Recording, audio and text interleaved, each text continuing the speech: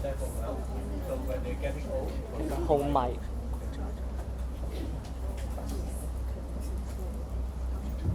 So when those kind are getting aged, and then they think about their succession of their business as well as their wealth. So they usually, after making so much money, say a couple of million or a couple of billions US dollar, they have to take care of the wealth beyond their life. So right now today I will talk about, use the next half of the lecture to talk about the wealth management and succession planning.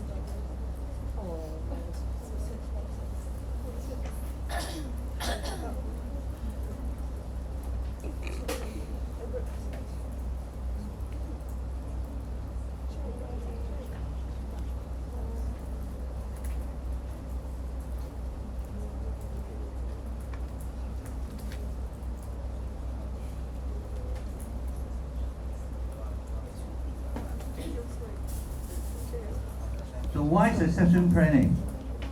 So in Chinese, there's always a quote, or even in Western world, there's a quote that the served in 3 generations, or wealth never survives 3 generations. That means that in Chinese they say 富不过三代 or 富不过三代. What does it mean? That means that if your grandfather makes the fortune, they pass to your father. Probably when the fortune reach you, and then you will become poor again. So this is, I don't know why, but actually it happens that. So you think about that in the history of the Chinese people. There's a quote in Chinese word called 二世祖. That means somebody get their wealth from their rich parents, and then he doesn't want to do well and doesn't manage money well, and then they lost all the business, all the money, and then that's why the third generation become poor. And then why this? We are not going to discuss why it happens. So in order to prevent this happen, that's why we need to do wealth planning and succession planning for our clients. So the succession planning, apart from passing the wealth to his next generation, is also about talk about passing on their family values, and also passing on the family legacies. So say for example, like some wealthy or famous family in Hong Kong, they do like to do donation, like the university. A lot of these buildings are named under their founder of the family group, and then or they will also set up an education foundation so that their siblings or the second or third generation has to carry out this family's duty in delivering education donations to the public. So these are some of the successions of the wealthy family in Hong Kong. And then the reason why, because a lot of people think that they get rich, they make money, and then they build their fortunes. And then when they're getting older, they get rich, they also want to give something back to the societies, either through setting up charitable foundations or teach or do some other things to give to the world.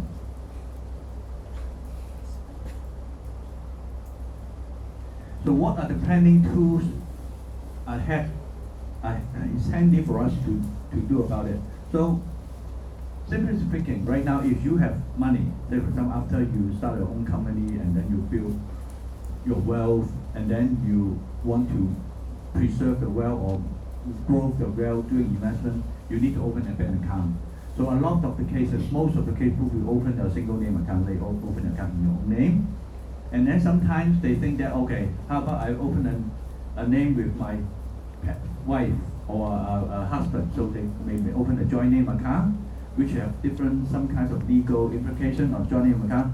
Or sometimes we do have cases that their parents open the joint name account with his son, so that his joint name account parent and father and son, or father, mother and son, or whatever. So they open joint name account. And then apart from that, also people will set up a will. A will is that the case is that there's a very famous case about a will, Nina Wang. Do you know who is Nina Wang? Anybody from Hong Kong? Do you know? So do you know who is Nina Wang? Nina Wang used to be the richest woman in Hong Kong and in Asia at once for a while. And then when she passed away, and then there's a big legal cases about his will, and then somebody claimed that the will is the Nina Wen they set up a will that gave all his money to a gentleman. It's a very similar case. You can go into the newspaper, talk about it, and then in the end of the day, the will was ruled to be amended or forced will, and then the money is going back to the charitable foundation of the Wen family. And also, there's a concept called power attorney. Power attorney, that means is that somebody set up an instruction and instruct somebody to help the account holder to do all the something regarding the account, including transfer money, including payment instruction, etc. But sometimes we will have ordered the other type of power attorney is called a limited power attorney. That means the bank will set up a contract with the client so that the limited power attorney will give certain kind of capability to individual to handling the account matters. For example, nowadays a lot of these limited power attorney will be assigned to a professional investor so that the professional can help the client to invest their money, or as money managers. And very common is that in Hong Kong or some other jurisdictions, the client would like to set up offshore companies. So when they set up an offshore company, so that the asset will be injected into the offshore company, so separate the ownership between the client and the company. So this is a kind of planning tools.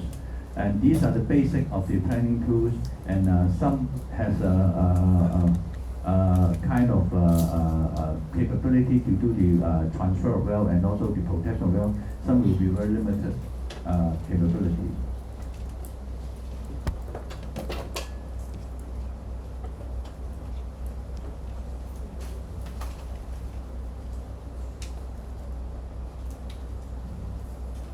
So before we go to the very standard tools, the trust set up for private wealth individuals, let me talk about what do you think is the objective of the high net worth individual would like to do this tax planning?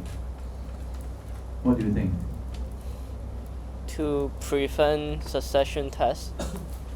Yes, to prevent the estate duties or the inheritance tax. In Hong Kong, we don't have the inheritance tax, but why still people like to do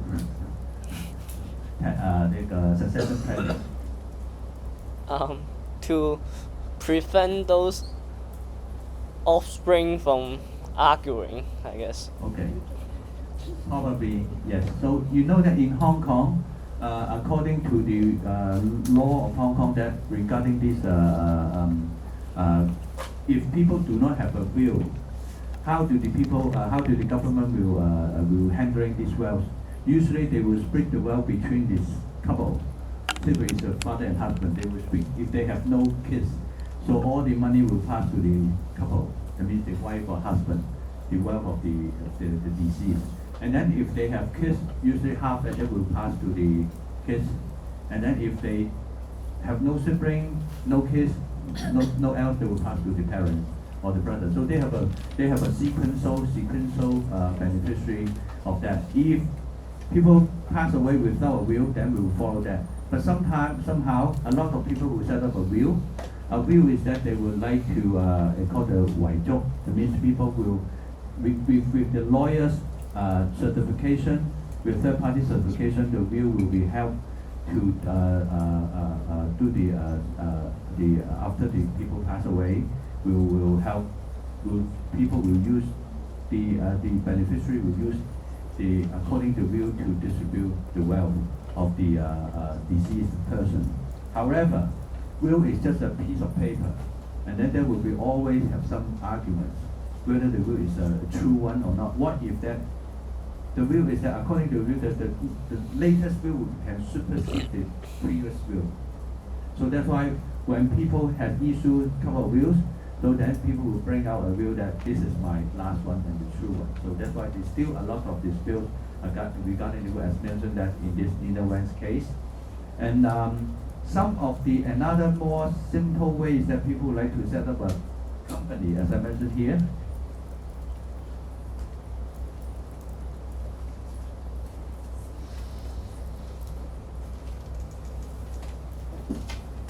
Set up an offshore company. When they set up an offshore company, they will have different shareholders. So usually the owner of the company is the shareholder of the company. They can have, say for example, if I have a family of four people, husband and wife and son and daughter. So they can set up a company, and then each one of them has 25% of the shareholding of the company. So in that case, all the assets held under the company will belong to the shareholding percentage. Or they can set up, say, like 50% with the father, 30% of the mother, 10% is the son, and 10% is daughter. So that means they will artificially already distribute some of the wealth according to the wishes of the parents. However, the offshore company, then the offshore company have, the good thing is that they will separate the liability and duties regarding the ownership. And then this is not transparent to the outside partner party because it's only shown in the company's account. And however, if some of them want to transfer the shares, that means the ownership will be transferred as well. So this is something that have the pros and cons.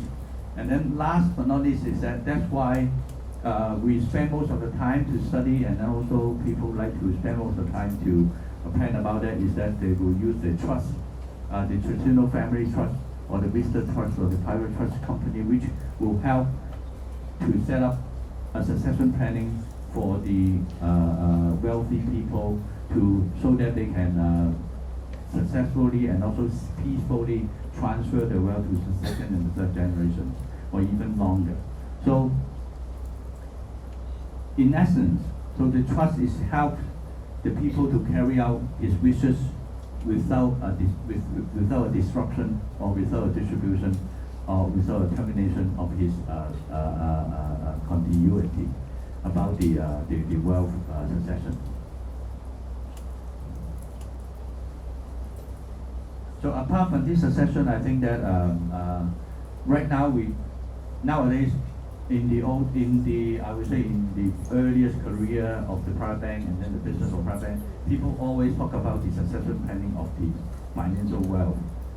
However, actually there's one part which I think that a lot of people have missed, is that apart from, so remember we talk about the personal, the wealth of the personal of individual. Apart from the financial wealth, another biggest part of wealth is either, if he's a professional, his himself, his capability to make money is his own wealth, and also his business wealth as well. That's why apart from the tangible financial assets, we will also talk about this something intangible or something which is not quantifiable, such as your business.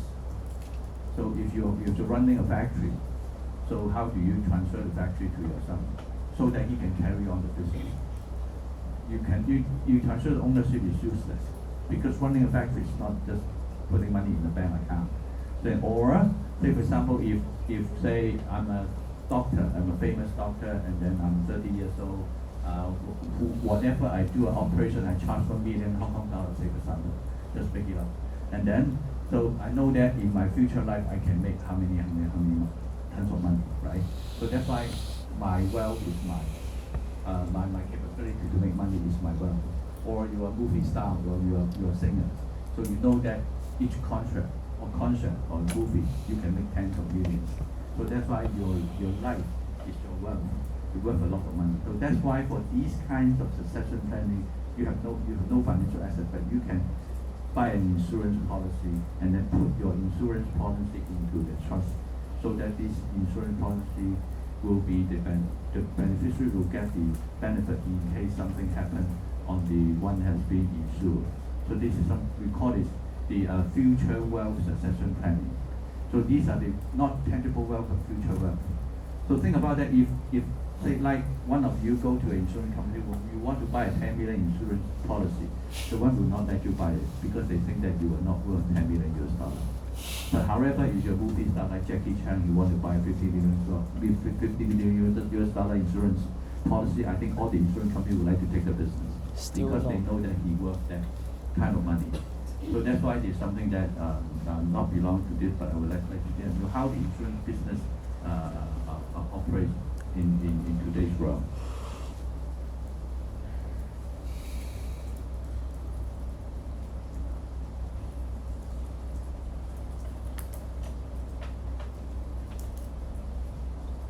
So apart from that, yeah. So let's go to the what is a trust. So this is the basic trust structures. So a trust involves several parties. The settlor. The settlor is the original owner of the wealth. So say for example, I'm an owner of the factory, I'm an owner of the financial asset, owner of property, and I am the settlor. So what he would like to do is to like to establish a trust. And then after establishing a trust, so that the trust will carry on some duties for the settlor, so that when the settlor is not there, his beneficiary will get the benefits of the trust assets. So these beneficiaries, including himself, including his family members, his parents, his father, son, or whatever, he name it. He can put it everybody, whatever like the people he likes into the as the beneficiary, so that. And then this trust will govern by the jurisdiction of the trust law. It can be Cayman Island, it can be Singapore trust law, Hong Kong trust law. So all these trust law basically are from the UK or common law jurisdictions. So we have a long history of common law jurisdiction. So for the maintenance of the trust structure, and then these trusts usually will be operating or administered by the trustee. So the trustee's responsibility is to hold the structure in the shape, and then in shape and also running, operating smoothly, including holding security of the financial asset and investing for the trust asset. And at the same time, after several years, when the settlers events happen, when certain events happen, the trustee will monitor or the administrator in the trust carry on the duty of distributing the benefits, distributing income or capital to the beneficiaries. So say for example, it's a real case that say like, for example, like the Nobel Prize. Everybody knows that the Nobel Prize has been many years. So Nobel Prize actually is under the trust. Then the trustee is the one that controlling the Nobel Prize, including investing his money and the administer the distribution of the wealth. So every year the Nobel Prize, the trust already stated that they will distribute the Nobel Prize award every year in various aspects, including literature, including science, etc. So these are the typical standard trust structure. So it will carry on forever until they will use up all the monies. So it is an art and science that in order for the distribution to be successful continuously, so the setup of the trust has to calculating that the trust asset can grow for continuously, so that they can fulfill the obligation of the trustee of the trust in future. So this is the standard feature of the trust. So that means that at least you have the three parties: the settlor, the trustee, and the beneficiary, and then all these activity and then the rules will be governed by the trustee that being set up between the settlor and the trust company. And of course, somebody will ask, can I change it after set of trust? Yes, the settlor can change it, the terms of the condition. Say for example, we do have a case that say when the trust is being set up, the father and parents, the father and mother, that the trust and the beneficiary will be the family members of the family. However, when the son getting married to another lady, which his father doesn't like her, and then that's why he can take out his name from the beneficiary list, then he doesn't want to give money anymore.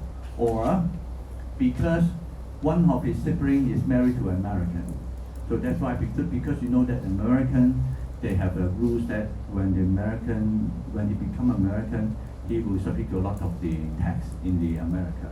And also, according to the law in America, for the married couple, if they divorce, the husband or wife can claim half of this. If normally they claim half of the wealth. So that's why they don't want to give the beneficiary too much money, so that to protect his son or daughter. So that's why they change the term that instead of distribute capital, they just distribute sufficient income to them. So that's why all these terms can be changed if the settler is still alive. But however, once the settler passes away, the term will be static and no longer can be changed. So this is so that's why whenever people set up a trust, so they will have usually they take a couple of phrases, and then for the settler to change the term. And then all the term will be we call the trustee term is the wishes of the settler. They can settle the wishes.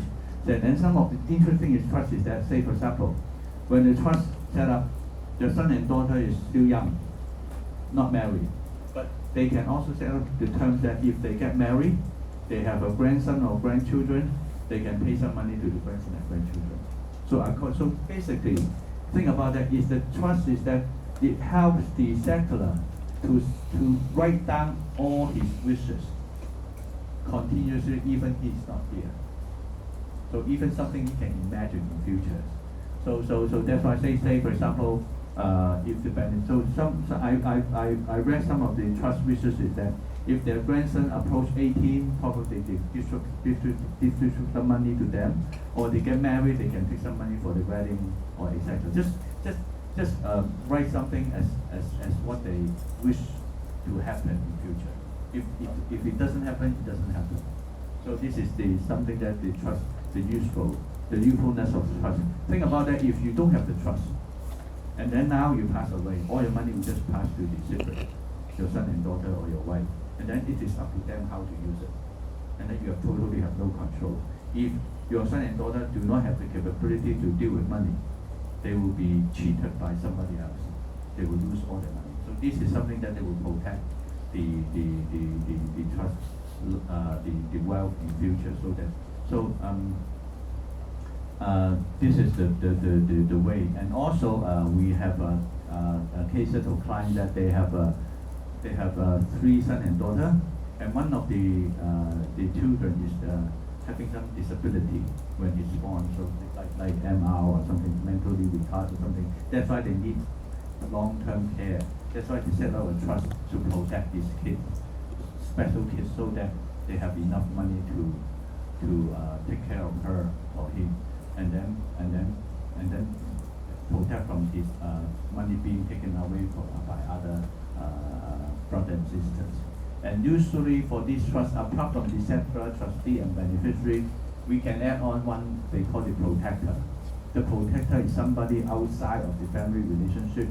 Usually is a good friend of the settler or a professional, so that the protector will look after the trust structure, make sure the trustee will acting reasonably for the beneficiary or for the benefit of the beneficiaries. So these are the basic structure of the trust. And so we know the relations of trust, but think about that. When you put financial asset into the trust, after you putting all this financial into the trust, what do you think who owns the financial assets? Beneficiary. No. Beneficiary is the one who can enjoy the monetary interest of the trust. A company. Yes, the offshore company, if it is under offshore company, all these assets will be owned by the offshore company, and the offshore company is owned by the trust. So the settler is no longer the owner of the trust. Trustee is The trustee will be the trustee will be held to supervise the trust, and then the trustee will be under the trustee will under the rule, the law of the trust to hold on behalf of the beneficiary. the sector is no longer in the picture. So think about that, this structure. So if, apart from doing wealth succession, if I'm a business owner, if I own a factory, and then when I borrow money from the bank, usually you need to issue personal guarantees. So when you issue, okay, How to sue who sue the trustee if he break the trust? Like if the settlor is died, is it in beneficiary. criminal law or No, okay, because the beneficiary is the ultimate economic Okay. owner of the trust assets. So if the trustee doesn't follow the beneficiaries, trustee doesn't follow the trust documents or trust terms, conditions, the beneficiary can sue the trust in the expense of himself because the money is from the trust. So, okay, since one of your students raised about it, so remember Anita Mui? yeah. Wu Yinfang is the famous Hong Kong singer. And then when she passed away, she set up a trust for his mother and his families. And then his mother, because his mother, by teasing by his brother, want to take the money, and then want to give his money to his brother. His mother, in the end of the day, his mother want to sue the trust. Why the money belongs to him? Why can't I take the money and use on my own, and then on my own wishes? And then it takes quite a number of cases, quite a number of court ruling. In the end of the day, the court ruled that the trust is setting up properly and according to Anita Mui's wishes, they will only distribute the income to his mother according to the setup. So they cannot take a big lump sum out to give to his son or whatever.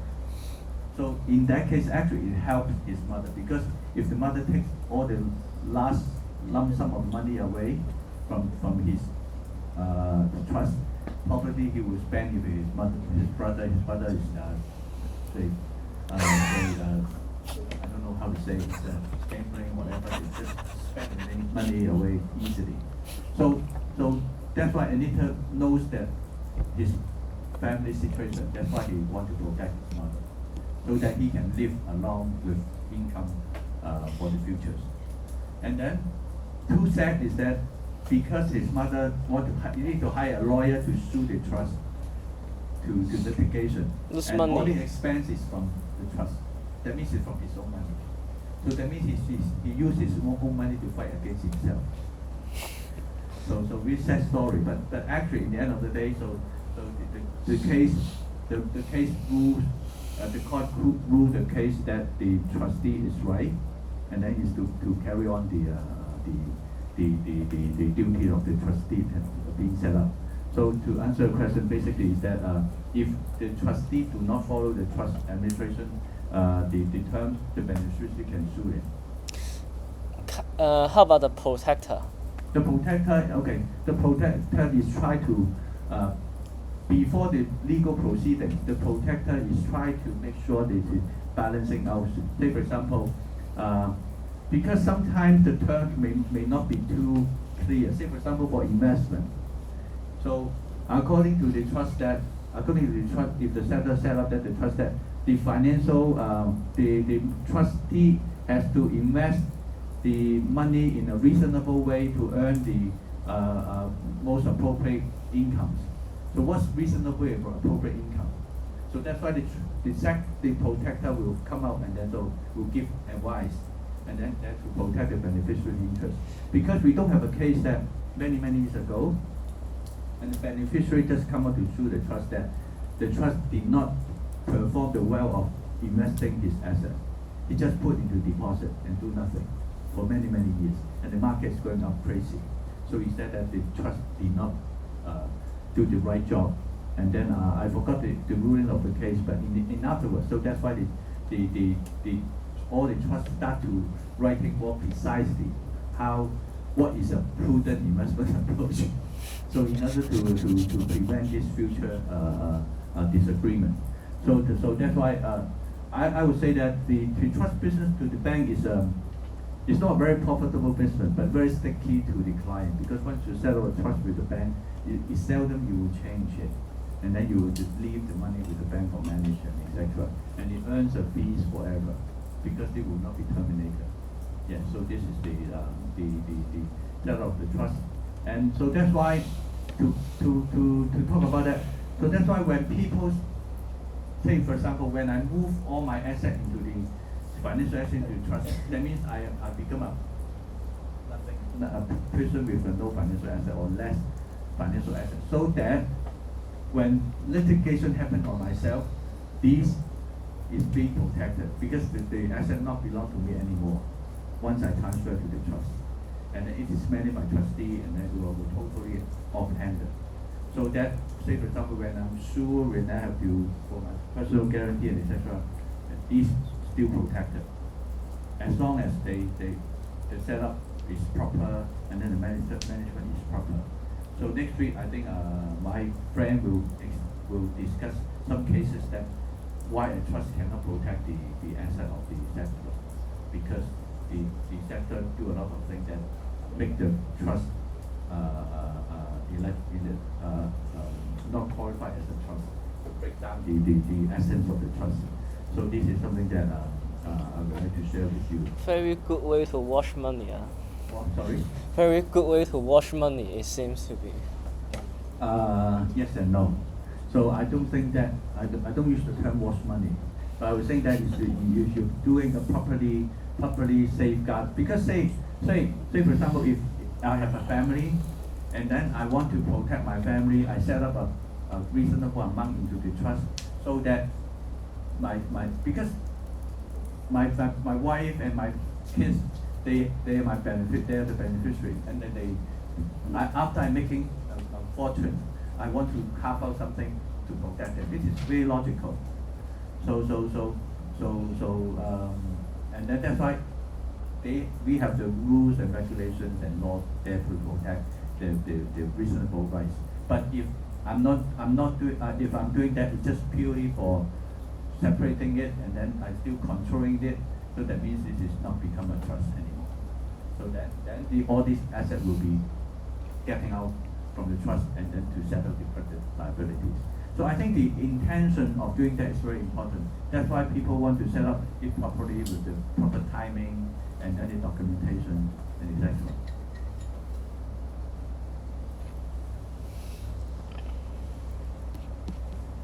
So this is another broadened chart of the trust setup. So like that. So the settlor establishes a trust, and then the trust holds for the settlor and the beneficiary.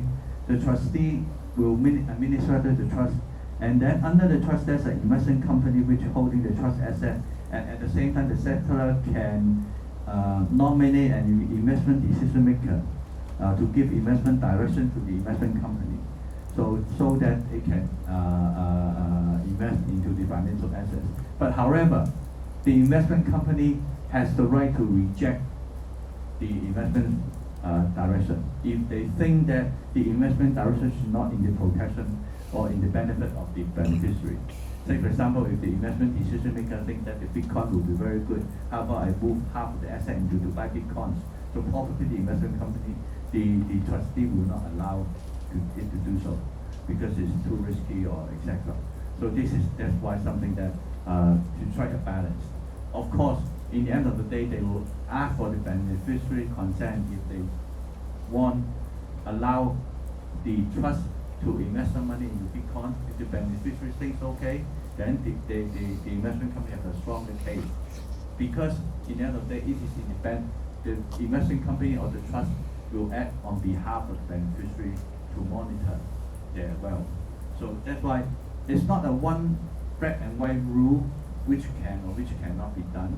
It's all about sometimes you have to look at different situations. So if you say for example the beneficiary are very young, and then risk can be risk taking, and then the trust may be a little bit to invest in the company, or invest the trust asset into a more higher risk area.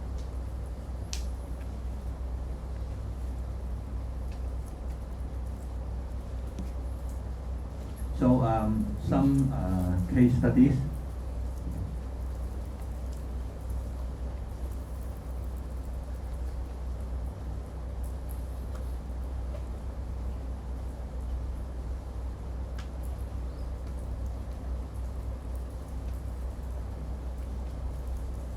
So the father is a founder of a public company. He has 4 daughters.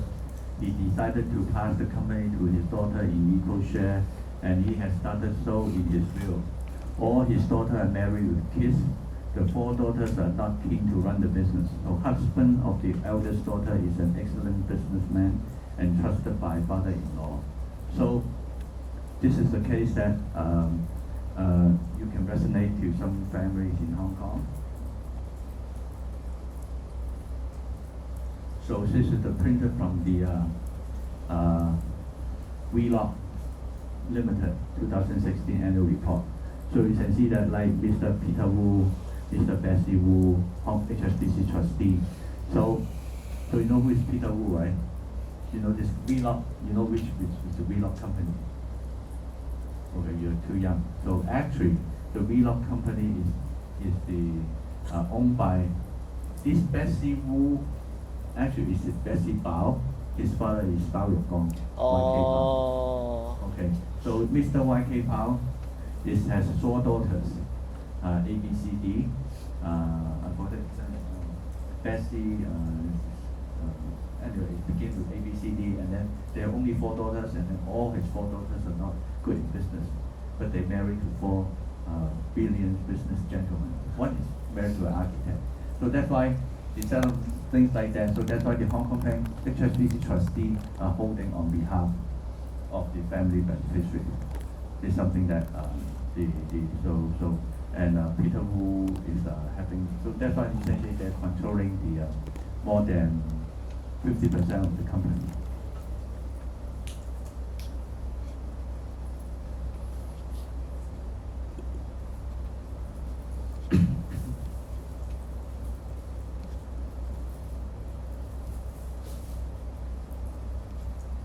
So this is the case I mentioned before earlier. So the father is the founder of a private company. He has 2 sons. The eldest son is his favorite. The father found the younger son not capable to handle financial affairs. So in order to protect his younger son, he would like to set up a trust like that. So the father set up a family trust, and then 2 beneficiaries and their future children. So the holding the financial asset, the eldest son is going to look after the financial asset on behalf of the father, and then so that the beneficiary will be the 2 sons.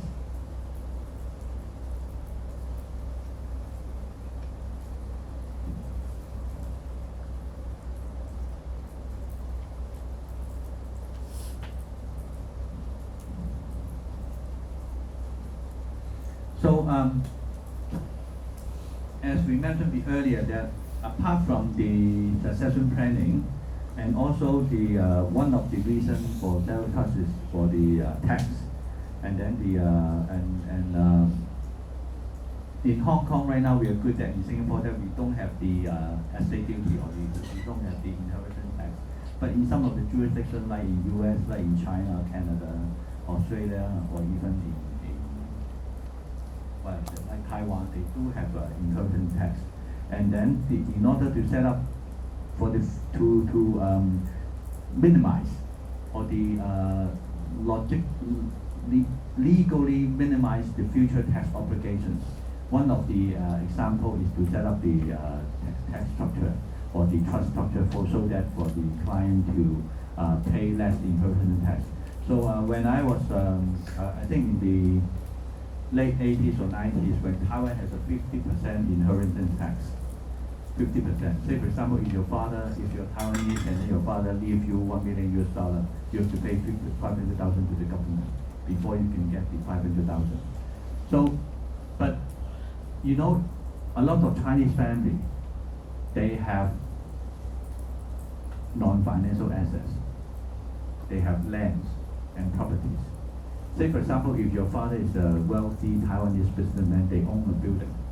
if worth 30 million US dollars, say for example, now he passed away, he gives you the building. Son, I pass away, I give this building to you. And then you deal with the government. And the government say that, okay, Mr.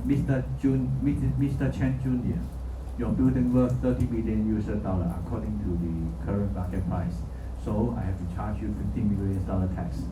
And then so please give me the $15 million so that I can give the building to you. What will you do? I will give if I have that money. So usually how can I give $50 million US cash for the government? So that's why in that case I have no control on the building because now it belongs to the government unless I pay the $50 million US. So for building then you have income, but for land you have no income. That's why you have no right on the land. So that's why it creates a lot of this problem for the people that inherited a big chunk of wealth. So that in those days, Taiwan is very common to buy insurance, to buy this jumbo life insurance. So when they say, for example, I know that I will pass away, because everybody will pass away in the days. So that's why he buy the insurance. So that when they pass away, this insurance payment will be tax-free. So that's why the insurance payment will pay to the son, is beneficiary of the insurance policy, so that he can take the proceeds to pay the government to get the asset. This is the one of the way that they can utilize the asset. Or if this is an offshore insurance, they don't have to pay tax in any way. So this is one of the tax planning for people, the high tax jurisdiction. Not because I set up trust because I want to do not want to pay tax. Some of the assets you will not be able to put into trust. Like in China, all the real estate cannot put into the trust. Actually, put the story. In China, there's no tax, no trust law so far. That's why in China, also China right now do not have the inheritance tax being imposed. But I think that somehow, someday, sometime in the future, they will have this estate tax in China to become a practice. So that's why for the global high net worth individuals, that's why succession planning, one of them is that apart from building a good structure, the second part is that how to structure himself to be a tax-friendly global citizen is also very important. So that's why we come along that. That's why I come along that now Hong Kong would like to promote the Hong Kong as a family office hub, so that people come to set up a family office hub in Hong Kong, so that their wealth and also their income will not subject to, the global income will not subject to a high tax jurisdiction regime. So this is something that I would like to, so this the factor and the CRS I will not touch here, but I will elaborate more in the future. So that's why here comes the succession planning is the family office. So usually we have this single family office, the financial institution to help out the independent financial advisor, etc. So all this is try to help to set up the structure for the client, so that they can, especially for we call it the ultra high net worth individuals, so that they can have some structure and succession planning. This will including the service I mentioned before, like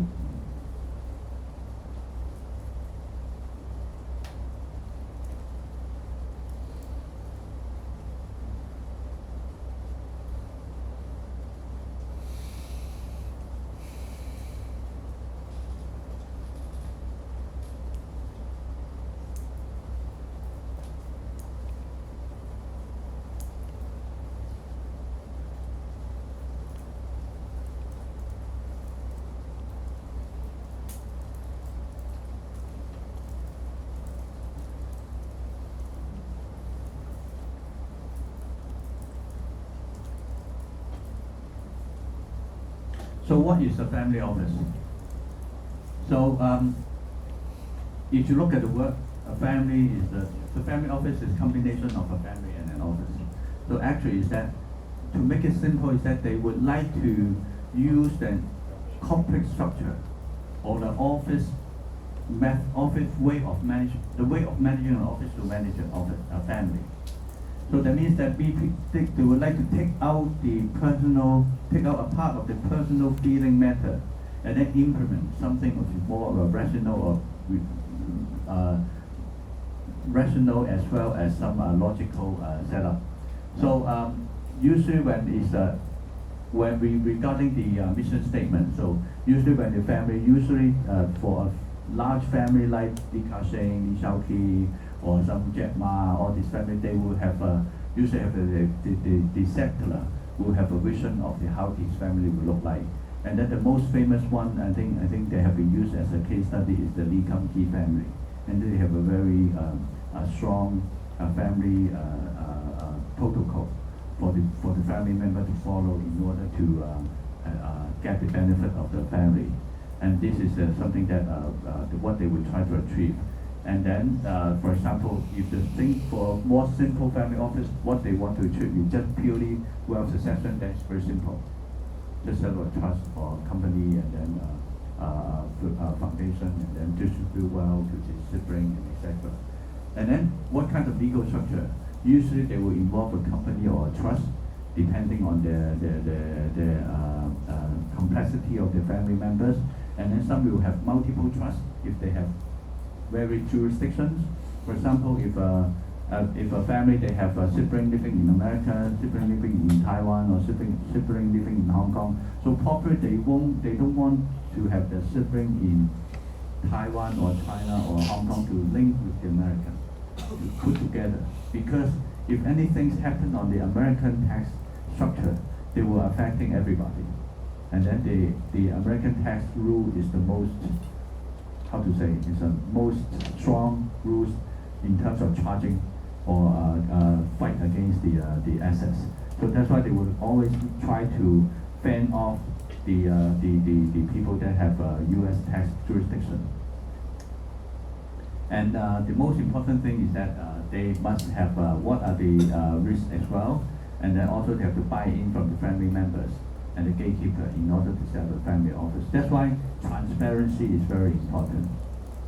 So when we talk about the succession planning, in the old days, so if you look at the movies, so when there's a wealthy family, the owner pass away, and then the lawyer will call all the family members, and then it's just like a lottery, and then opening the will, and then see who will get what, right? Just always in the movie, or element. But however, I would say from our perspective, if nowadays the more transparent when the client set up a trust or set up this structure, the more transparent the better. The reason why, the more transparent will prevent future litigations. Say for example, like, do you know what is the most transparent trust have been set up in Hong Kong? Big family. 邵逸夫長 Not really. The most transparent trust is set up by Li Ka-shing. Really? Okay, think about that. So Mr. Li said that Mr. Li has two sons, the Victor and Richard. And then they said that, and then he announced to the public that he set up a trust. And then he has three sons. The third son is the trust. That will be the charity, the foundation, which for giving is for charity and other things. So they voice out, set up that, and then also they said that they literally give all the money of the controlling interest to the elder son to running the Cheung Kong and the Hutchison Group, and then Richard to do their own business. Why do they need to tell everybody? It's his family thing. The reason why he tells everybody, so that his sibling or his sons will not be able to go to the court in future, because it's widely publicly open. So if he doesn't do that in future, they can involve a lot of this litigation. So think about another family, Mr. Ho, Mr. Stanley Ho. You know Mr. Ho, they have so many wives, And then nobody knows how his practice is different, etc. So that's why always legal litigation is behind all these things. They call it 争產 because people fight for that's why people Mr. Lee is very smart. So to prevent this future litigation. And then it is, apart from litigation, is not good looking, right? Brother goes into court and then hire famous lawyer to fight against each other. So that's why I think that buy-in from the family and the gatekeeper is very important. And then so that's why that is something that we would like to share with you on these things.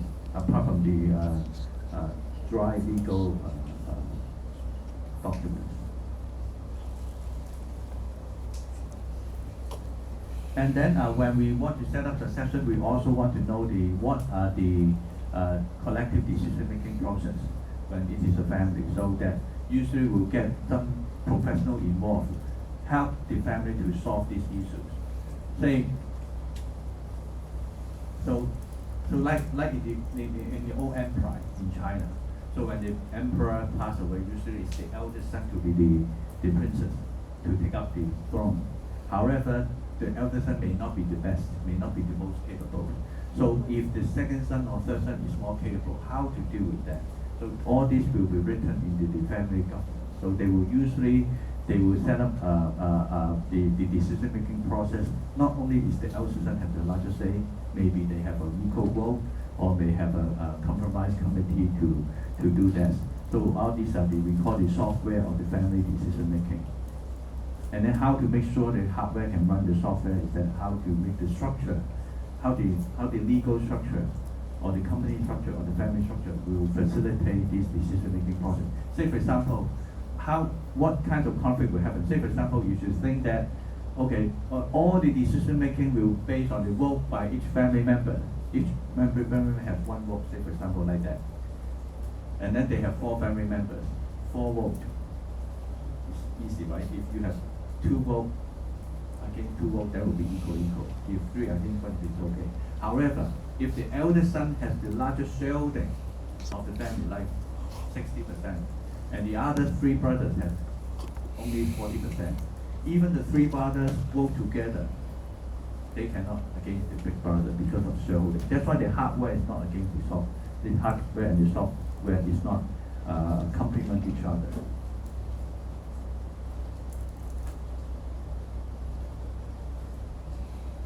And then usually for large family, they would like to set up called the family advisory committee, and then we'll have some family member with voting rights, and then also some family lawyer and accountant regarding all these set up these health, education, maintenance, and support, and etc. So I give an example that I have a client family that is already the 4th generation in Hong Kong. So we know the 3rd generations, and then the 3rd generation told us that because his grandfather had 2 or 3 wives, that's why he has so many uncles and aunties. And then whenever they have their sibling want to enter into the company to work, the rule is that not only you are the elder brother's son or whatever, you have the no privilege. You will enter into the company like a normal person. So they have to go through the interview process and etc. Every cousin and have to complete the same manner. So this is something they would like to incorporate in order to preserve the equality of the family members. So that not the eldest brother has all the quotes. And also they also have a rules that they will facilitate all the siblings to do business. That's why whenever they have business proposal, the uncles will sit as the investment committee to approve the project, so that if the project is approved as a business division process, the family will lend money for the younger generation to do business and charging an interest. So that's why they would give opportunity for them to do business, and then very encourage to do business, but in an all commercial way. Not like some of the families say that when there's someone who open a restaurant and then the father says, okay, I give you 5 million to open a restaurant. You never test whether the proposal is feasible or not. And then, so most of the cases, I heard from them that when the son asked them to 5 million to do an open restaurant, they will assume that they will lost the 5 million already on day one. So it is unfair to the parent and unfair to the kids. So that means the father already think that you're just wasting of money. But I just give you to try. But so that's why. So think about it. If the son is like that, how can he make good decision making? Because he can make money too easy. So that's why we know somebody that open a restaurant and then close down another, open another, and then close down again. So basically it's just a waste of time and money. But for the situation I mentioned earlier, so that's why they need the kids to go through the normal decision making process, writing proposal, and then if this is okay, the father will give you money and also lend you money. And then when you make it, you can make the fortune. So I think this is a very good way for to preserve. So that's why they also can train the younger generation of the family to become capable, not just so when just come to ask money and then you can get it. So it should, I think most okay when they ask money to see a doctor, the parent will give them. But when you ask money to do business, they really need to see whether it is doing business is not like spending. So that's why I think that this is something that we have to know about family planning and etc. So and we talk about governance. So usually for this family, they have good governance, like family members. How long do you have to gather together, and then the meeting, what kinds of councils to talk about. So all these councils, including the investment council, including the philanthropy councils, because not everybody will be good in doing business. So say for example, that's why I know that there another family in Hong Kong, very old family as well. I talked to some family members that they will ask all the daughter-in-laws to form a group so that they will come together to do philanthropies. So they work together to give money away to the society so that they have something to bond them together to do something good. Otherwise, not only just play mahjong and shopping, but do something which is good for the societies. And then how is the share ownership of the family asset by means of shareholders' right? What kinds of shares? What's ownership restriction? What does it mean by ownership restriction? Is that although you own the shares belong to you, you cannot sell it. They have some restriction because they don't want one of the family members to sell the shares so that the holding structure will be affected or will be weakened. And also how to appoint the board of directors for the family company setup, etc. So for example, like we do have a case that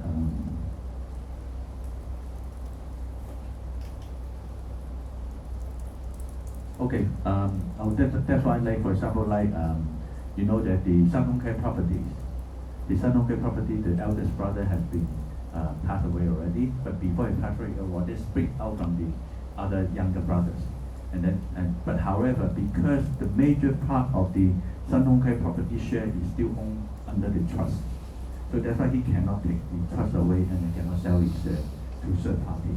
That's why the family still controlling the big majority shareholding of the Sun Hung Kai property group. So this is something that for the family to control it. So if a lot of people will think that once I pass away, I give, say like I have 4 daughters or sons, I split into 25, and then you assume they will hold it forever. But however, if they don't want to hold it forever and sell the shareholding to somebody else, then you have a non-family member come to become the company board of director. If you sell to a competitor, even worse. That means the competitor knows the inside story of the family. So this happening like if not exactly the same as like in the Yongki, you know where's Yongki, the restaurant in Central, the Rose Schools restaurant in Central. Actually, is they have this similar thing because of the family, because they split it into different siblings. However, the siblings are hit with 2 camps. 2 camps. One camp to sell the share to another camp, so that the larger camp become the major controlling stake, and then they take out the another sibling. So this is something that I think the father definitely would like to see it happened after he passed away. So there's a lot of these stories, but however, I think that the essence of that, apart from learning the investment, I think the protecting the wealth is also important for our cause. There's some more case studies. Maybe we can discuss it tomorrow, next week. And next week, though, we'll have the Selwyn Aoyang is my good friend. He's a tax accountant by himself, and also have been with the trust business for a long time.